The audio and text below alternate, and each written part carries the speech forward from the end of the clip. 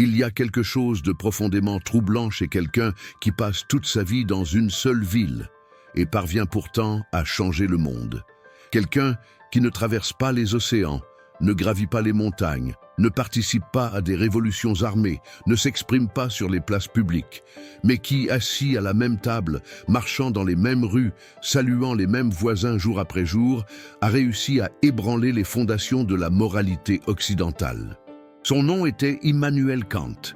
Et si vous pensez que la philosophie est quelque chose de lointain, d'inutile ou de purement théorique, c'est peut-être justement parce que Kant ne vous a pas encore touché comme il le devrait. Königsberg, 18e siècle. Une ville portuaire sur les rives de la mer Baltique, aujourd'hui appelée Kaliningrad, avalée par la carte russe. Mais à cette époque, elle appartenait à la Prusse, et c'était aussi l'univers personnel d'un homme frêle, méthodique, presque invisible aux yeux du quotidien. Il y naquit, y vécut et y mourut, sans jamais en sortir, sans jamais voir la haute mer que ses pensées allaient pourtant parcourir, comme si son corps était resté dans une modeste maison en bois pendant que son esprit franchissait les murs du temps. Fils d'un humble bourrelier et d'une mère profondément religieuse, Kant grandit entre prière et privation. Les repas étaient simples, les livres rares, le confort inexistant. Mais il y avait dans ce foyer quelque chose qu'il reconnaîtrait plus tard avec respect et ambivalence, une structure, un axe invisible qui, même sans aucun luxe, soutenait la dignité de ses parents. Et cet axe, c'était la foi. La religion qui leur permettait de supporter la pauvreté sans sombrer dans l'amertume. La foi qui donnait un sens au travail exténuant, à la douleur, au renoncement. Une foi à laquelle Kant cesserait de croire, mais qu'il ne cesserait jamais de comprendre. La première question qui émerge ici semble presque évidente. Comment quelqu'un formé par une éducation chrétienne et conservatrice devient-il l'architecte de la moralité laïque ? Comment un garçon élevé dans la crainte de Dieu ose-t-il construire une éthique sans Dieu? La réponse ne réside pas dans la rupture, mais dans la transition. Kant ne voulait pas détruire la religion. Il voulait comprendre ce qu'elle contenait d'irremplaçable et ce qui n'était que dogme, ce qui, dans sa structure morale, était profondément humain, et ce qui n'était que superstition institutionnalisée, et c'est dans cette enquête que son voyage a commencé. Mais, avant d'être philosophe, Kant fut un survivant. Il a survécu à la faim, au manque de reconnaissance, à l'université qui mit des décennies à lui verser un salaire digne. Il a survécu à lui-même, à sa timidité, à son apparence insignifiante, à sa faiblesse physique. Il n'était pas beau, pas fort, pas charismatique au sens habituel. Mais il avait quelque chose de plus précieux, une curiosité infatigable et peut-être surtout une discipline rigoureuse. Ses voisins réglaient leur montre en le voyant passer, tant sa ponctualité était légendaire. Il arpentait les mêmes rues, avec les mêmes pas, aux mêmes heures, chaque jour. Mais ne vous y trompez pas, derrière cette routine presque mécanique, bouillonnait un esprit inquiet. Kant n'était pas un robot. Il était engagé dans quelque chose de plus grand, une mission, et même sa rigidité apparente cachait une facette surprenante. Il adorait les dîners entre amis. Oui, le philosophe qui écrivit des œuvres denses, comme la critique de la raison pure, aimait aussi les bons repas, les belles histoires et les conversations stimulantes. Mais avec des règles, bien entendu. Personne n'échappait au protocole kantien à table. D'abord, un tour d'horizon des faits récents.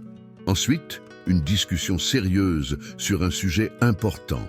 Et seulement après, comme un dessert de l'âme, venait le moment de légèreté et de rire. Kant croyait que même le plaisir exigeait une structure, que même la joie pouvait être cultivée rationnellement. Mais pourquoi est-ce important? Parce que cela révèle un aspect fondamental de sa pensée. La croyance que la raison n'est pas l'ennemi de l'émotion, mais sa gardienne, que la discipline ne doit pas étouffer le plaisir, elle peut l'approfondir, et que la bonté ne repose pas sur des élans spontanés de générosité, mais sur des principes solides, capables de traverser le temps. Il est facile aujourd'hui de voir Kant comme un monument de la philosophie, mais à son époque, il n'était qu'un professeur peu reconnu, publiant des livres presque illisibles, luttant pour être pris au sérieux dans une société qui voyait encore la religion comme la source suprême de la morale. Et voilà qu'un second conflit surgit. Comment affirmer que le bien ne dépend ni du paradis ni de l'enfer? Comment convaincre une culture enracinée dans la culpabilité divine qu'on peut être éthique sans être croyant? Kant n'avait pas le charisme pour persuader par l'émotion. Il avait des arguments, et c'est avec eux qu'il commença à tracer la carte de ce qu'il considérait comme le véritable territoire de la morale, la raison, mais pas une raison froide, utilitaire, égoïste. Une raison engagée dans une tâche plus difficile, l'universalité. Pour Kant, une action n'est morale que si elle peut être érigée en loi universelle, sans exception, sans hypocrisie, sans privilège. Et cela commence toujours par un exercice radical d'imagination. Et si tout le monde faisait ça? Cette question n'avait pas encore été formulée, mais elle battait déjà dans l'esprit du philosophe. Elle germait là, entre dîners méthodiques, promenades régulières et réflexions solitaires. Pendant ce temps, le monde s'agitait. Les lumières défiaient rois et papes. La science remplaçait les miracles par des lois naturelles. La raison menaçait la foi, et Kant se trouvait au cœur de ce séisme intellectuel. Mais contrairement à bon nombre de ses contemporains, il ne célébrait pas la mort de la religion avec enthousiasme, car il savait ce qui viendrait ensuite. Le vide, la liberté sans éthique, l'intelligence sans compassion, le progrès sans but. C'est cela qu'il voulait éviter. Il savait, comme peu d'autres, que la raison seule pouvait devenir aussi cruelle que le fanatisme, que remplacer l'autel par la science ne suffisait pas, que l'être humain, désorienté, pouvait faire de la liberté un nouveau tyran. Et c'est précisément pour cela que Kant se lança dans un projet audacieux, construire une morale aussi solide que les religions, mais faite entièrement de briques rationnelles. Vous commencez maintenant à comprendre pourquoi cet homme est si essentiel. Mais la question demeure, pourquoi lui? Pourquoi cet homme modeste, sans charisme, sans voyage, sans grands exploits extérieurs, est-il devenu le phare éthique de la modernité? Peut-être parce qu'il affronta l'un des plus grands dilemmes de la condition humaine avec une honnêteté brutale que peu peuvent supporter. Nous sommes libres, mais cette liberté nous effraie, parce qu'elle nous donne à la fois le pouvoir de faire le bien et la tentation constante de faire le mal. Kant savait cela. Et il savait qu'il n'y avait qu'un seul moyen d'y faire face, créer une boussole intérieure, une loi qui ne vient pas de l'extérieur, mais de l'intérieur, qui n'a pas besoin de témoins ni de châtiments. Une éthique fondée non sur des promesses de paradis, mais sur le devoir. Le devoir, un mot rude, presque désuet. Mais pour Kant, il était sacré, pas au sens religieux, mais au sens rationnel.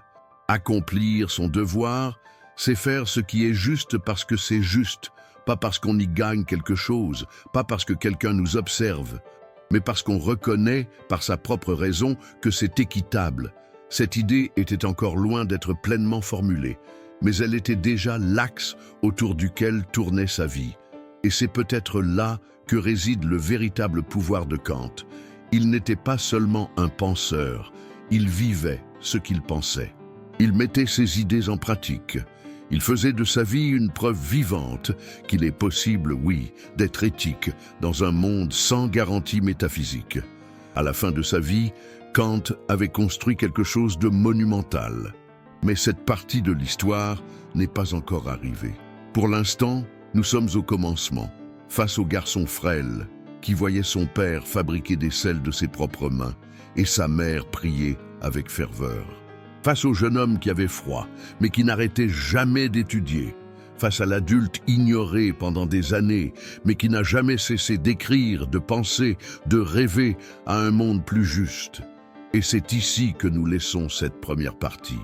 Avec une question qui commence à prendre forme, comme un écho lointain qui s'apprête à devenir parole, et si une morale aussi puissante que la foi pouvait naître de la seule raison?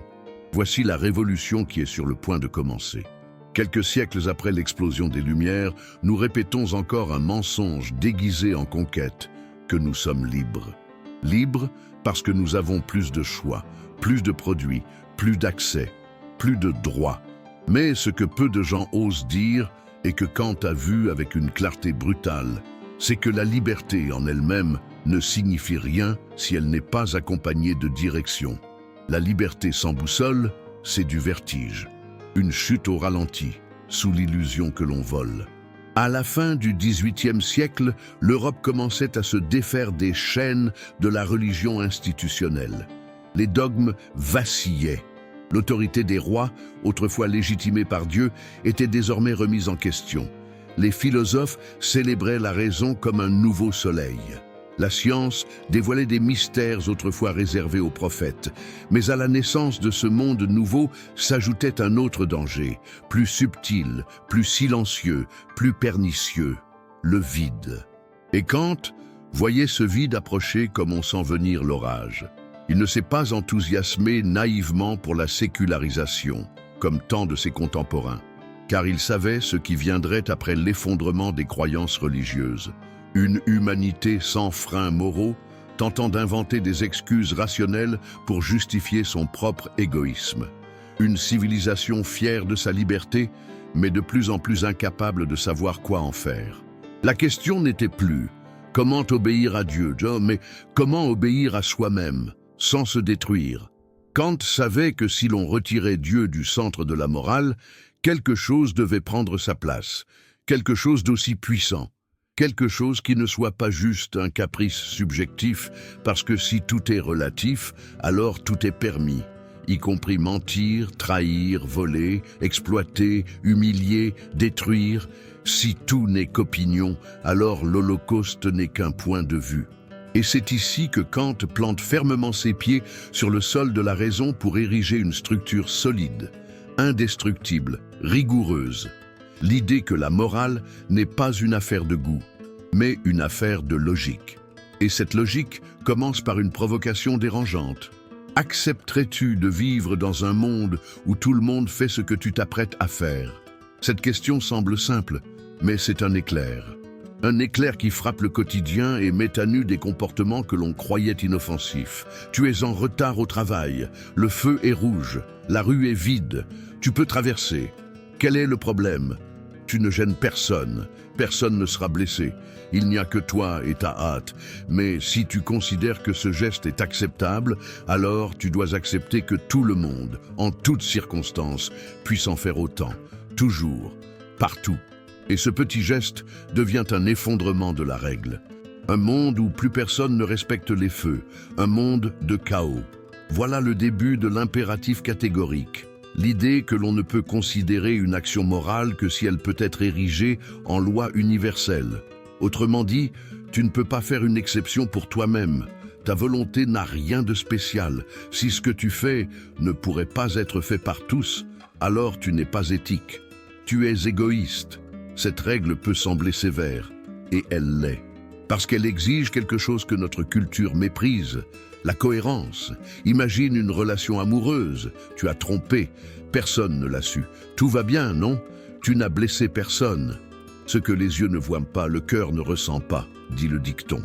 Mais Kant demande, voudrais-tu que cette règle soit générale, que chacun puisse trahir en cachette et que tu vives dans un monde ainsi fait, soumis à cette menace permanente? Si ta réponse est non, alors tu viens de condamner ton propre acte. Car si tu refuses que cette action soit universalisée, elle est moralement mauvaise. C'est aussi simple que ça. Et c'est là que réside à la fois la beauté et la brutalité de l'éthique kantienne. Elle ne dépend pas des conséquences. Peu importe si ça a marché, si personne ne l'a su, si personne n'a souffert. Le critère, ce n'est pas le résultat, c'est le principe. Tu agis bien parce que c'est bien, pas parce que c'est utile, agréable ou bénéfique. Cela nous place face à un combat intérieur difficile, parce que la plupart d'entre nous agissent sur la base de justifications subjectives. On ment pour ne pas blesser, on vole un peu parce que le système nous exploite. On fait des blagues offensantes parce que ce n'est que de l'humour. Et on empile les exceptions personnelles comme si le monde devait s'adapter à notre confort. Mais Kant est là, tel un caillou dans la chaussure de la conscience, qui demande « Et si tout le monde agissait ainsi, trouverais-tu encore cela juste ?» C'est le conflit éthique le plus dur de la modernité et aussi le plus nécessaire. Nous vivons une époque où tout est ma vérité. Mais Kant ne s'intéressait pas à ta vérité. Il voulait savoir si ta vérité pouvait survivre au test de l'universalité, si elle pouvait devenir une loi sans détruire la société elle-même.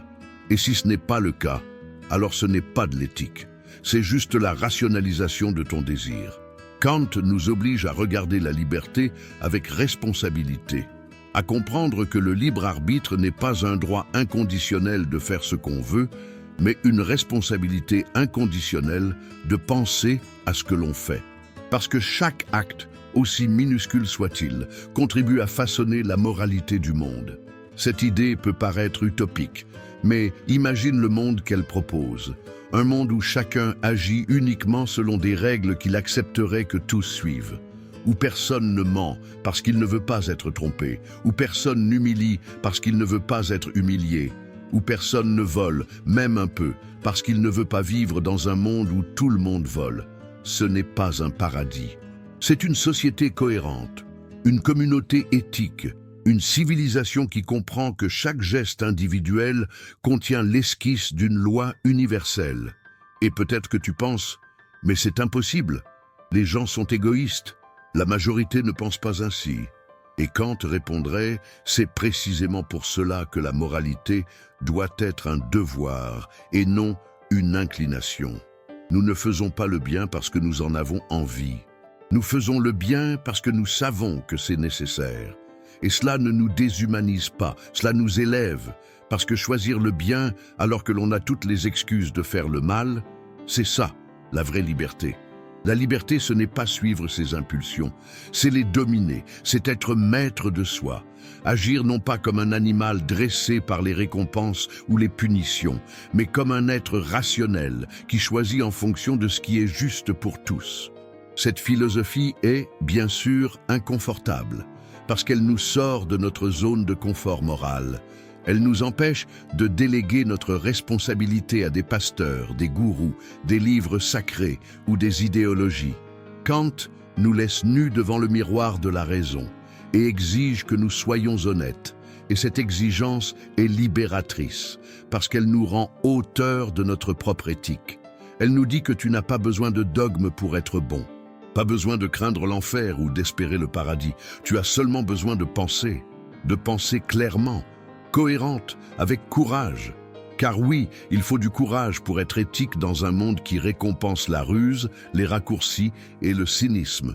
Et peut-être que c'est justement pour cela que la pensée de Kant est plus urgente que jamais. Aujourd'hui, nous vivons sur une planète qui célèbre la performance, l'image, le succès immédiat. Mais Kant nous demande autre chose, la consistance intérieure. Une vie qui, même invisible aux applaudissements, soit juste à la lumière de la raison. Alors, avant d'agir, pose-toi la question. Ce que je m'apprête à faire, pourrait-il devenir une règle pour tous? Si la réponse est oui, tu es éthique. Si c'est non, alors peut-être que tu te mens à toi-même. C'est le début de la vraie liberté. Et aussi le début d'une révolution silencieuse.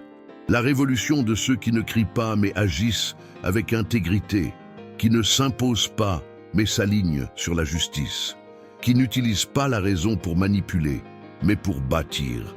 Et c'est cette révolution que nous allons continuer à explorer dans la prochaine partie. Si tu es arrivé jusqu'ici, cela en dit déjà long sur le type d'esprit que tu as, curieux, réfléchi, capable de voir au-delà de l'évidence. Et c'est pourquoi je veux te faire une invitation.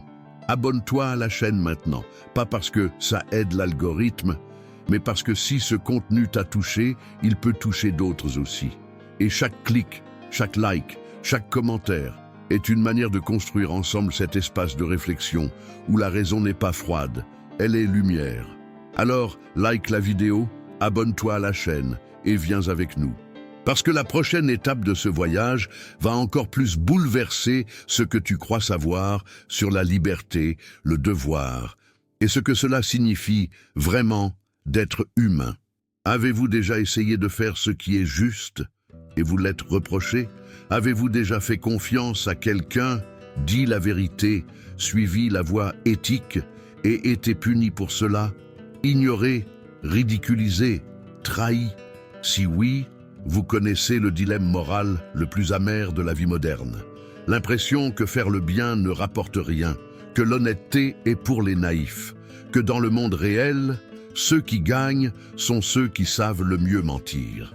Mais si cette idée, si répandue, si acceptée, si apparemment réaliste, était en réalité une déformation, une erreur profonde sur ce que signifie vraiment bien agir, Immanuel Kant le pensait. Et c'est ici que commence la partie la plus radicale de sa philosophie. La morale ne peut pas dépendre du résultat. Vous avez bien lu. Pour Kant, bien agir n'a rien à voir avec le succès, la reconnaissance ou l'avantage. Ce qui rend une action morale, ce n'est pas ce qu'elle produit, c'est pourquoi elle a été faite. Prenons un exemple concret. Vous trouvez un portefeuille plein d'argent. Personne ne vous voit. Personne ne saurait si vous le gardiez. Et pourtant, vous décidez de le rendre. Et ensuite, aucun merci, aucune récompense, juste le silence, peut-être même des moqueries. Et voilà la question kantienne. Même dans ces conditions, cela en valait-il la peine? Pour Kant, la réponse est oui. Parce que la valeur morale réside dans l'intention rationnelle, pas dans les conséquences. Si vous avez rendu ce portefeuille par devoir, par respect pour l'autre en tant que fin en soi, alors vous avez agi de façon éthique, même si le monde ne le reconnaît pas, même si personne ne vous célèbre, parce que le bien n'a pas besoin d'applaudissements, il se suffit à lui-même. Mais cela contredit tout ce qu'on nous a appris, non? Depuis l'enfance, on nous éduque par la récompense. Bonne note, cadeau, obéissance, compliment, résultat, mérite. Nous faisons pour obtenir, nous choisissons en fonction du retour, et sans nous en rendre compte, nous apportons ce conditionnement dans notre vie adulte, y compris dans notre éthique. Mais Kant nous arrache à ce cycle avec une froideur déconcertante. Le devoir doit être accompli par devoir, non par inclination, par intérêt ou par peur. C'est presque offensant pour nos oreilles modernes. Nous sommes habitués aux récits émotionnels, aux justifications psychologiques, à une morale souple. Mais Kant ne cède rien. Il croit que la raison est capable de produire une éthique pure, ferme, intransigeante, et que l'être humain, même tenté par l'égoïsme, porte en lui une boussole rationnelle capable de guider ses actes s'il a le courage de l'écouter. Mais d'où vient cette boussole? De Dieu? Non. De la tradition? Non plus. Elle vient d'un principe logique, l'impératif catégorique. Et là, la théorie de Kant atteint son sommet. Vous vous souvenez peut-être de sa phrase la plus célèbre, « Agis uniquement d'après la maxime qui fait que tu puisses vouloir en même temps qu'elle devienne une loi universelle. » Mais que signifie-t-elle, vraiment? Imaginez que vous envisagez de mentir pour obtenir un prêt, un petit mensonge. Cela ne ferait de mal à personne, c'est juste pour faciliter les choses. Mais Kant vous pose la question, et si tout le monde mentait dans ce genre de situation? Alors, la promesse elle-même perdrait toute valeur. Le contrat n'existerait plus. Et au final, plus personne ne ferait confiance à personne. Autrement dit, le mensonge, s'il était généralisé, détruirait le système dans lequel il prétend fonctionner. Il s'auto-détruirait. C'est ça, le test. Kant nous invite à appliquer ce principe à chaque action, ce que je m'apprête à faire. Pourrais-je vouloir que tout le monde le fasse, tout le temps? Si la réponse est non, alors ce n'est pas éthique. Simple, rigoureux, implacable. Mais si la personne a de bonnes intentions, et si c'est pour protéger quelqu'un, et si c'est pour éviter une souffrance plus grande, Kant entend toutes ces objections et répond avec une sérénité troublante. La morale n'est pas une équation coût-bénéfice, c'est un principe absolu. Vous commencez à sentir le poids de cela? Cela signifie que vous ne pouvez même pas mentir pour sauver une vie, si ce mensonge ne peut pas être universalisé comme règle éthique. C'est radical, c'est dur, c'est presque inhumain. Et c'est précisément pour cela que c'est profondément humain, parce que cela nous force à sortir du calcul et entrer dans l'intégrité, à quitter le relativisme confortable et affronter la nudité de notre conscience. Maintenant, arrêtez-vous un instant. Combien de décisions avez-vous prises simplement parce que vous pensiez que la fin justifiait les moyens? Combien de fois avez-vous utilisé le bien-être comme excuse pour bafouer un principe? Kant vous dirait, vous avez peut-être touché la cible, mais avec un arc faussé. Et cela change tout. Mais il ne s'arrête pas là. Kant formule une seconde version de l'impératif catégorique, peut-être encore plus profonde. Agis de telle sorte que tu traites l'humanité, aussi bien dans ta personne que dans la personne de tout autre, toujours en même temps comme une fin et jamais seulement comme un moyen. C'est beau, non? Mais qu'est-ce que cela signifie concrètement? Cela signifie que vous ne devez jamais utiliser quelqu'un comme un simple outil pour atteindre vos objectifs, même de manière subtile, même avec de bonnes intentions. Pensez aux serveurs que vous ignorez en récupérant votre commande, aux collègues que vous flattez juste pour obtenir un service, aux partenaires que vous traitez bien tant qu'ils servent vos intérêts. Kant dirait, c'est immoral. Parce que cette personne n'est pas là uniquement pour servir vos buts, elle a sa propre finalité, ses désirs, sa vie, sa dignité. Et vous devez la reconnaître comme telle. Toujours. Est-ce un idéal? Oui. Est-ce difficile? Très. Est-ce impossible? Peut-être. Mais Kant insiste, c'est cela qui fait de nous des êtres humains. Ce n'est pas l'émotion, ce n'est pas l'instinct. C'est la capacité à voir l'autre comme égal en valeur, même quand il serait plus commode de le traiter comme un simple moyen. Cette éthique peut sembler trop rigide pour notre époque, n'est-ce pas? Mais regardez autour de vous. Où nous a mené cette morale flexible? Ce relativisme moral, cette logique du « tout est bon si ça marche ». Nous vivons à une époque où les gens valent moins que leur CV, où les amitiés se jettent au gré des intérêts, où les relations deviennent des jeux de manipulation affective, où le profit vaut plus que la vie. Et nous nous demandons pourquoi nous sommes si anxieux, si perdus, si épuisés. Peut-être que ce qui manque, ce n'est pas plus de liberté, mais plus de structure, plus de boussole, plus de Kant. Imaginez un monde dans lequel chaque personne, avant d'agir, se poserait ces deux questions. Et si tout le monde faisait ça, que se passerait-il? Et ensuite, est-ce que je traite l'autre comme une fin en soi, ou juste comme un moyen pour moi-même? Ce monde serait plus juste, plus digne, plus difficile peut-être, mais aussi plus vrai. Kant ne nous dit pas ce que nous devons ressentir, ni ce que nous devons croire.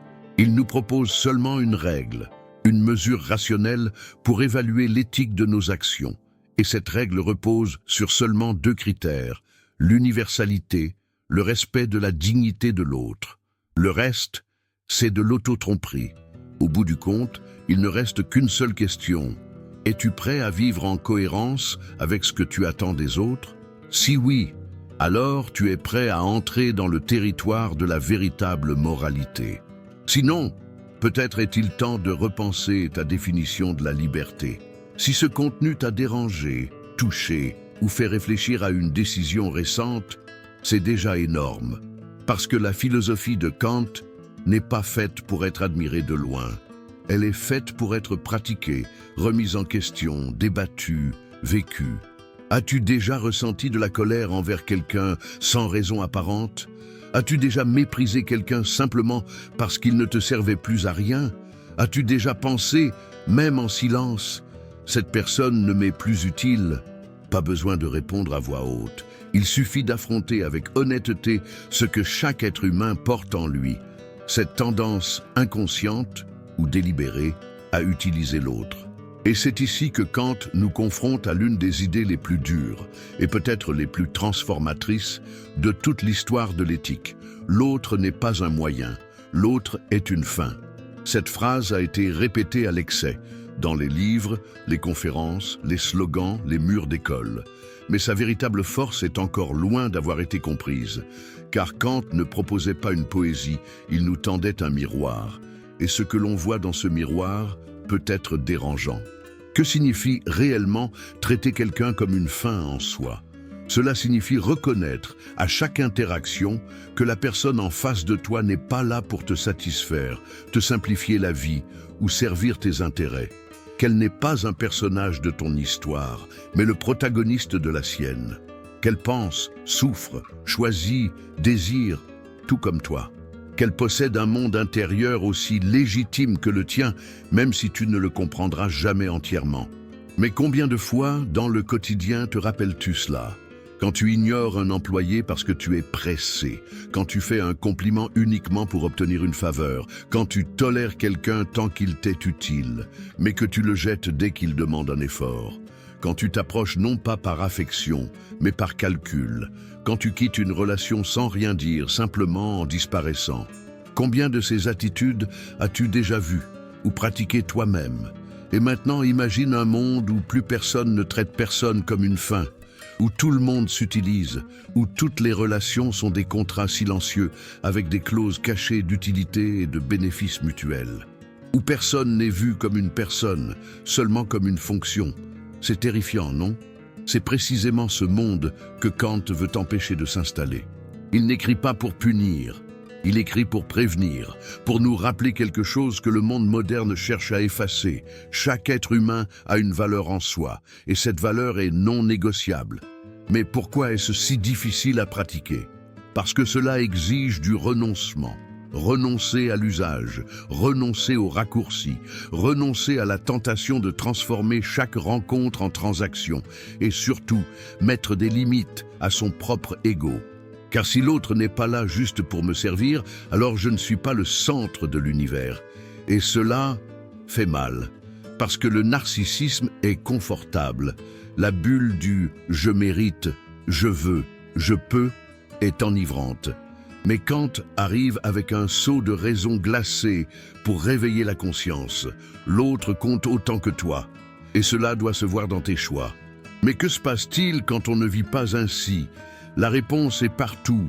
Relations jetables, amitiés superficielles, réseaux sociaux dominés par la vanité, familles désunies, communautés sans empathie, société malade. Parce que lorsque l'autre devient un moyen, la dignité meurt. Et sans dignité, rien ne tient debout. Pense à ton enfance, à un professeur qui t'a vu, même quand tu ne savais pas t'exprimer, à un ami qui est resté à tes côtés sans rien attendre en retour, à quelqu'un qui t'a respecté même quand tu as fait une erreur. Ces souvenirs ne s'effacent pas, ils façonnent, car être traité comme une fin en soi n'est pas qu'une belle idée, c'est un besoin psychique. Nous fanons quand on nous voit uniquement comme une fonction, et nous fleurissons quand on nous voit comme un tout. Mais, et quand l'autre ne te respecte pas, quand il t'utilise, te trompe, te manipule, Kant dirait « cela ne te donne pas le droit d'en faire autant ». Car l'éthique n'est pas une rétribution, c'est un principe. Et si tu n'agis avec dignité que lorsque l'autre le mérite, alors tu n'es pas éthique, tu es réactif. C'est l'une des vérités les plus difficiles de la morale kantienne. Notre conduite ne peut pas dépendre de celle des autres. Tu traites l'autre comme une fin parce que c'est juste, pas parce qu'il va te rendre l'appareil. Parce que le respect que tu offres n'est pas un cadeau, c'est une affirmation de ce que tu crois de l'humain. Mais cela ne fait pas de toi un martyr, ni un naïf. Kant ne te demande pas de te soumettre à la cruauté. Il ne défend pas la passivité face à l'injustice. Ce qu'il propose, c'est un nouveau standard intérieur. Agir sur la base d'un respect inconditionnel de l'humanité, y compris de la tienne. Cela signifie poser des limites, dire non, se protéger, mais sans déshumaniser. Sans oublier que même lorsque nous nous opposons à quelqu'un, il y a encore une personne en face. Ce simple rappel peut changer le cours d'une vie. Combien de guerres auraient pu être évitées? Combien de violences stoppées? Combien de ruptures auraient pu être moins dévastatrices? Si seulement l'un des deux avait pris un moment pour se demander « suis-je en train de voir cette personne comme une fin ou comme un simple moyen ?» Mais ce n'est pas seulement dans les grands événements que cette question est cruciale. Elle compte dans les détails, dans la façon dont tu réponds à un email, dans la manière dont tu écoutes quelqu'un parler, dans le choix de dire la vérité, même quand il serait plus facile de fuir, dans le courage de rester présent malgré l'inconfort. C'est là que le monde commence à changer. Car contrairement à ce que beaucoup pensent, Kant n'est pas le philosophe de la froideur, il est le philosophe de la lucidité morale. Et la lucidité n'exclut pas les sentiments, elle les organise. Elle empêche qu'on utilise l'amour pour justifier l'abus, ou l'amitié pour couvrir la manipulation, ou la compassion comme masque du contrôle. Kant veut que tu aimes, mais avec conscience, que tu aides, mais avec respect, que tu te lies aux autres, mais sans les effacer. Ce n'est pas une théorie lointaine, c'est de la pratique quotidienne. C'est quand tu choisis de ne pas mentir pour flatter ton ego. C'est quand tu annonces que tu ne peux pas répondre aux sentiments de quelqu'un, au lieu de disparaître lâchement. C'est quand tu mets fin à une collaboration professionnelle sans salir la réputation de l'autre. C'est quand tu dis ce qu'il faut, avec fermeté, mais sans humilier. C'est quand tu comprends que l'éthique n'est pas douceur, c'est intégrité. Et voici le dilemme le plus profond de tous. Est-il possible de vivre ainsi dans un monde qui ne vit pas ainsi? Est-ce que ça vaut la peine d'aller à contre-courant de la superficialité, de l'astuce, de la commodité? Kant ne promet pas de récompense, mais il offre un sens, car vivre en traitant les autres comme des fins, c'est aussi vivre comme si la vie avait de la dignité, comme si chaque geste comptait, comme si chaque rencontre était une occasion de dire « je choisis de te voir », même si plus personne ne le fait. Cela peut sembler petit, mais c'est immense. C'est le fondement de toute civilisation juste. C'est l'antidote au chaos moral. C'est le ciment invisible qui soutient ce que nous appelons l'humanité. Et si tu en doutes, essaye de faire l'inverse pendant une semaine. Utilise les gens, mens, manipule, omet, transforme tout en opportunité. Et observe comment, peu à peu, tu commences toi-même à te désintégrer. Car au fond, nous sommes la manière dont nous traitons les autres. Et quand cette manière est tordue, que reste-t-il de nous? C'est pourquoi la question de Kant doit nous accompagner comme un mantra rationnel. Est-ce que je traite cette personne comme une fin ou juste comme un moyen? Et la réponse, honnête, t'en dira plus sur toi que n'importe quel test psychologique. C'est là que réside la véritable liberté. Non pas dans le fait de faire tout ce qu'on veut, mais dans le choix conscient d'agir avec respect, même quand c'est difficile. Et si ce texte a résonné en toi, même un peu, alors la philosophie de Kant a déjà commencé à faire ce qu'elle souhaite le plus. Te rappeler qu'il est possible d'être meilleur et que cela dépend exclusivement de toi. Si ce contenu t'a touché, si tu ressens l'élan d'agir avec plus de clarté, plus de conscience, plus d'intégrité, alors ne le garde pas juste pour toi. Il existe une idée de la liberté qui semble avoir triomphé. On la retrouve dans des slogans publicitaires, des discours politiques, des conseils de développement personnel et même sur des t-shirts dans les grandes villes. Sois toi-même, suis tes désirs, fais ce que tu veux. C'est une notion séduisante, une invitation à l'autonomie totale. La promesse que la liberté, c'est vivre sans limite, à condition simplement de le vouloir très fort. Mais si cette idée était complètement fausse, et si ce que nous appelons liberté n'était en réalité qu'une forme déguisée d'esclavage, c'est exactement ce que pensait Immanuel Kant. Pour lui, la plupart des gens qui se disent libres sont en vérité soumises aux forces les plus dangereuses de toutes, celles de l'intérieur. Ce ne sont pas les gouvernements, ni les institutions, ni les traditions qui nous enchaînent le plus solidement. Ce sont nos propres pulsions, nos désirs, nos dépendances, nos insécurités, nos vanités. Tu peux vivre dans un pays démocratique, sans censure, avec la liberté de circuler, et être malgré tout esclave, esclave du besoin de plaire, esclave de ta colère incontrôlable, esclave de la comparaison, de l'approbation, de l'angoisse d'être vu. Est-ce cela, la liberté? Kant dirait non. La liberté ne consiste pas à faire tout ce qu'on veut. La liberté, c'est agir selon ce que l'on reconnaît comme rationnellement juste, même quand on n'en a pas envie. C'est dur à entendre? Ça semble impossible? Prenons un exemple simple. Tu veux procrastiner. Rester 1 heure de plus à faire défiler ton fil d'actualité. Ce n'est pas illégal. Personne ne va t'en empêcher. Tu es adulte. Personne ne t'oblige à être productif. Mais au fond de toi, une part de toi sait que ce n'est pas bon, que ça te retarde, te fatigue, te sabote. Et malgré cela, tu continues. Qui t'enchaîne? Qui t'oblige à agir contre ton propre jugement? La réponse est aussi dérangeante que libératrice. Toi-même. Voilà le renversement que Kant propose et que la plupart d'entre nous n'a jamais pris au sérieux. Tu n'es pas libre lorsque tu fais tout ce dont tu as envie. Tu es libre lorsque tu résistes à ce dont tu as envie, parce que tu reconnais que ce n'est pas ce qu'il y a de mieux. La vraie liberté, ce n'est pas l'absence de règles. C'est le choix conscient de la meilleure règle. Pause narrative. Si tu es encore là, peut-être ressens-tu déjà un léger basculement intérieur. Tu n'es pas seulement en train d'écouter Kant, tu es, sans t'en rendre compte, en train de regarder ta propre vie à la lumière d'une idée que peu ont eu le courage d'affronter. Être libre, c'est être fidèle à sa raison, même contre ses propres désirs. Cette définition change tout. Elle renverse une bonne partie de la culture contemporaine qui affirme que suivre ses impulsions, c'est être authentique. Mais Kant dit suivre uniquement ses impulsions, c'est être la marionnette de soi-même. La véritable authenticité, c'est construire un moi que tu respectes, pas suivre un moi qui t'entraîne. Pensons à des histoires réelles, celle de Viktor Frankl par exemple, emprisonné dans les camps de concentration nazis, confronté à une inhumanité absolue. On lui a tout pris, sa famille, ses amis, sa nourriture, ses livres, sa liberté extérieure.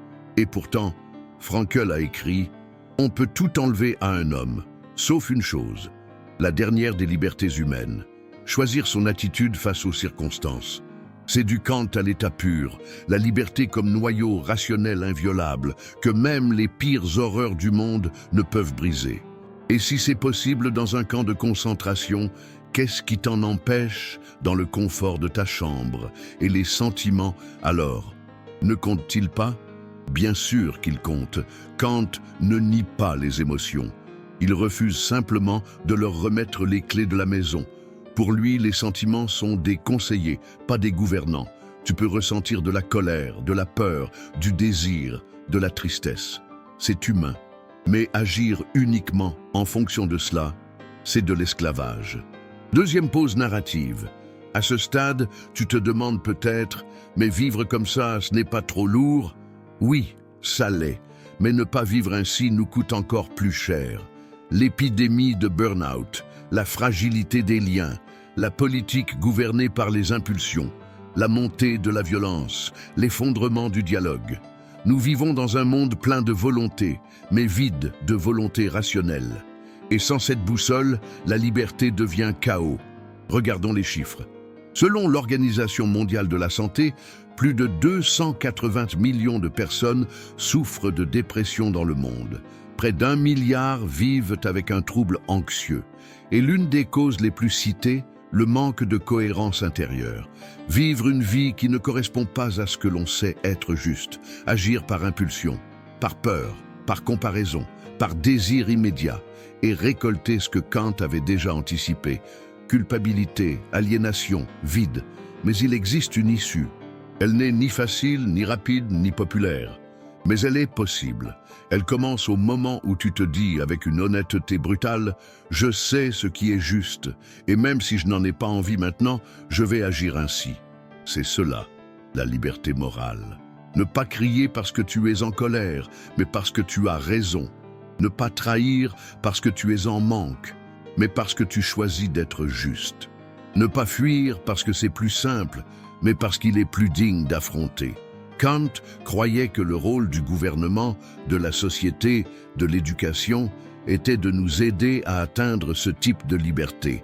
Pas la liberté de tout faire, mais la liberté de faire le bien. Pas la liberté de suivre ses désirs, mais la liberté de se maîtriser. C'est pourquoi il pensait que l'État ne doit pas seulement permettre les choix, il doit éduquer la raison. Former des citoyens capables de juger, penser, résister, choisir. Pas par peur, pas par tradition, mais par conviction rationnelle. Cela peut sembler autoritaire à l'oreille moderne. Mais Kant ne cherche pas à contrôler. Il veut éclairer. Il veut que le meilleur de nous, la raison, gouverne l'ensemble, et que nos lois reflètent ce principe, car si la loi n'éduque pas, elle ne fait que réprimer. Et le moralisme sans réflexion est aussi nocif que le relativisme sans critères. Ce que Kant propose est plus difficile, mais aussi plus profond, une éthique de l'autonomie rationnelle. Dernière pause narrative. Si tu es encore là, respire profondément. Tu n'es pas juste en train d'écouter un cours de philo. Tu es en train de traverser un territoire rare, celui de penser avec une honnêteté radicale, ce que signifie être vraiment libre. Et peut-être, pour la première fois, tu ressens que cela n'a rien à voir avec « faire ce que tu veux ». Alors voici une dernière provocation. Es-tu libre ou le crois-tu seulement? Cette question ne se répond pas d'un coup. Elle se vit, elle se révèle dans les choix du quotidien. Elle apparaît lorsque tu pourrais fuir, mais choisis d'agir avec dignité. Elle surgit quand, malgré la peur, tu t'alignes avec ce que tu crois juste. C'est le début de la véritable liberté. Et elle ne se crie pas, elle se pratique. Avez-vous déjà pleuré devant quelque chose qui n'était pas réel? Un film, un tableau, une mélodie, une danse, quelque chose que vous saviez, rationnellement, être de la fiction, une représentation, un symbole. Et pourtant, cela vous a touché, cela a fait mal, cela vous a purifié, cela vous a remué d'une manière que rien de pratique ou d'utile n'avait jamais réussi à faire. Pourquoi? C'est une question qui semble appartenir au domaine de l'art, de l'émotion, de la subjectivité.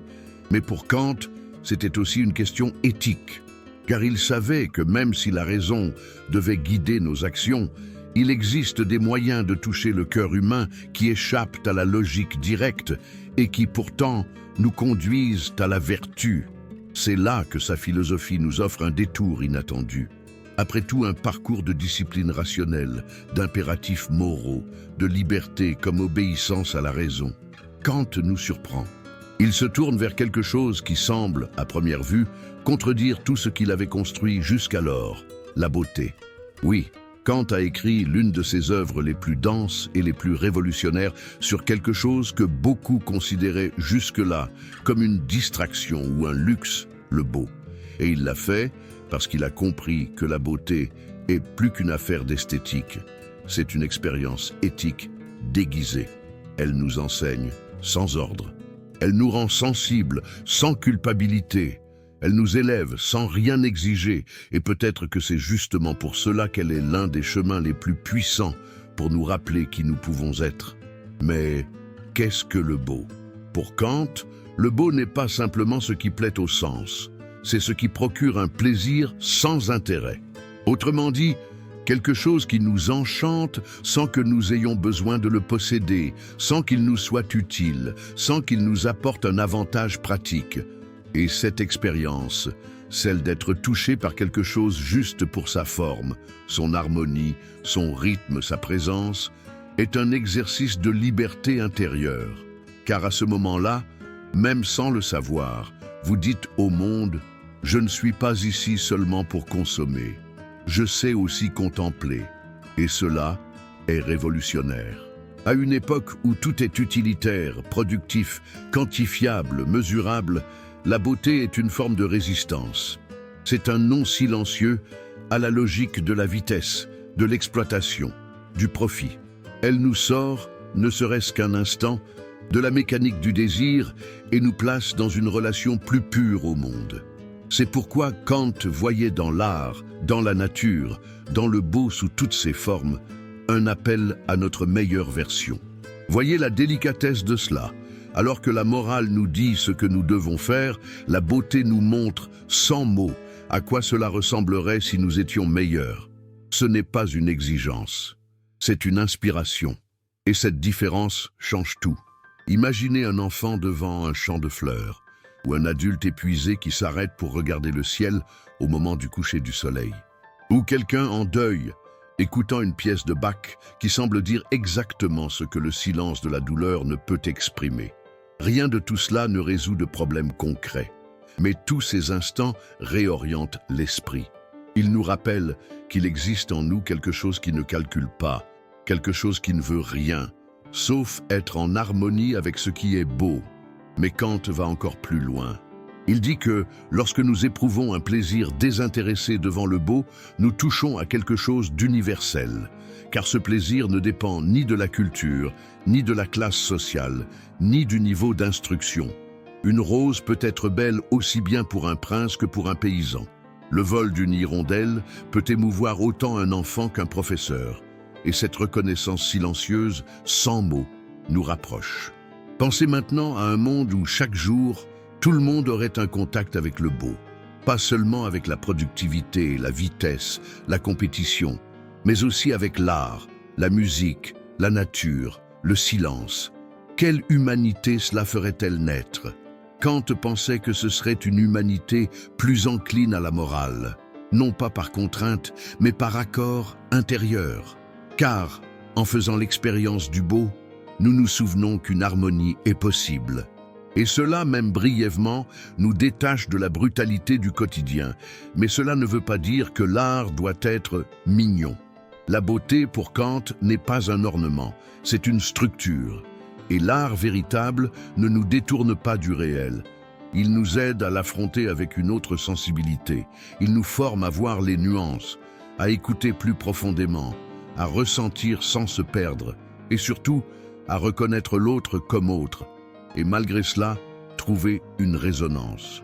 Pensez maintenant à ces fois où vous êtes sorti d'un film sans pouvoir parler pendant quelques minutes, ou avez terminé un livre en fixant le vide, essayant de comprendre ce que vous ressentiez, ou avez vu une peinture et eu envie de pleurer sans savoir pourquoi. Ces expériences ne sont pas une faiblesse, ce sont des exercices éthiques silencieux, des moments où votre sensibilité et votre raison ont fait la paix.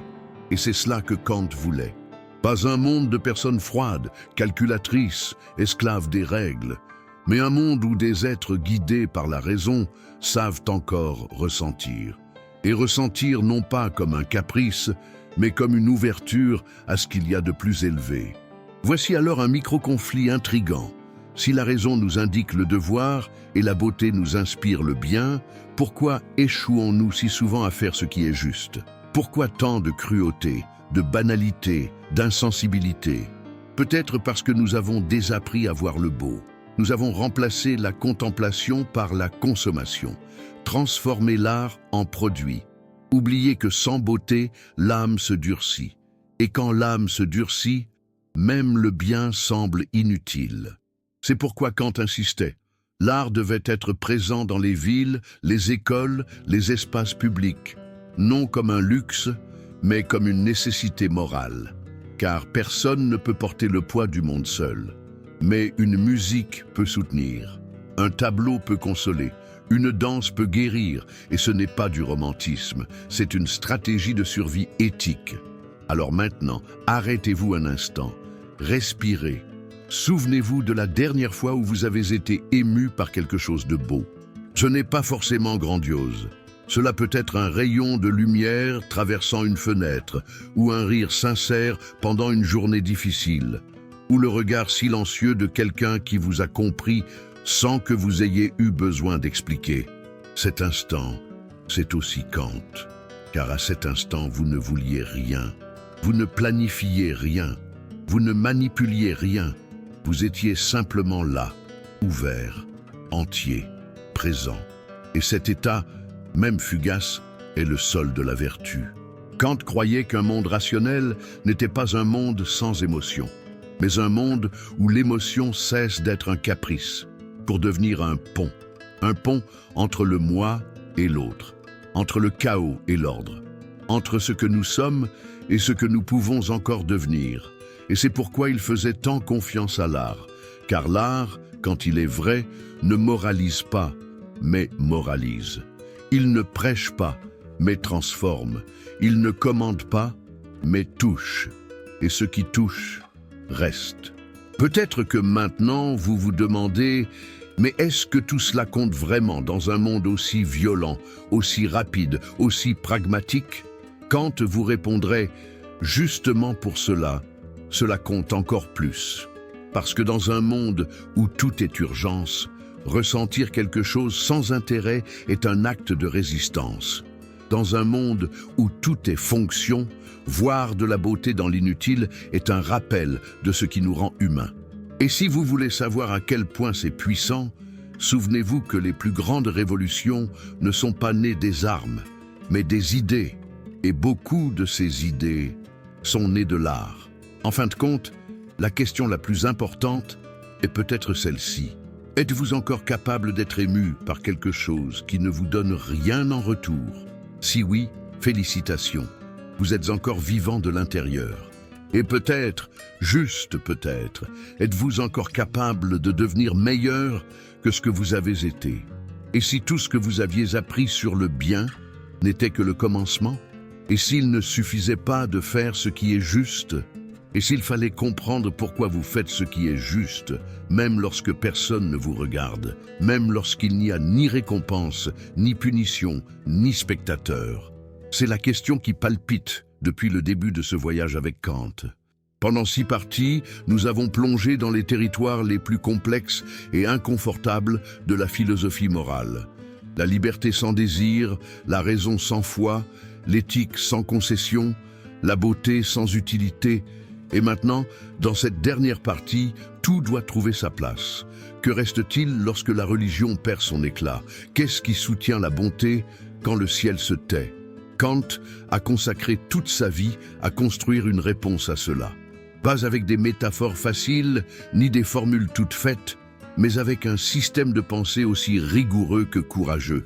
Il ne voulait pas simplement consoler le monde avec de nouveaux mythes. Il voulait le reconstruire à partir de ce qu'il y a de plus indéniable en chacun de nous, la capacité de penser de façon autonome. Pour Kant, il ne suffisait pas d'être bon, il fallait être bon par choix rationnel. Et c'est là que sa philosophie devient presque religieuse, au sens le plus radical du terme. Il n'a pas détruit l'esprit religieux, il l'a purifié. Il a voulu préserver le sens, la dignité, le devoir, le sacré, mais sans surnaturel, sans révélation mystique, sans hiérarchie divine, sans intermédiaires entre vous et votre conscience.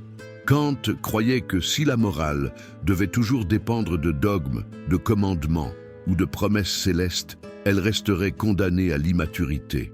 Nous serions des enfants obéissant par peur, ou des serviteurs obéissant par intérêt, mais il voyait en nous quelque chose de plus grand, de rare, de précieux.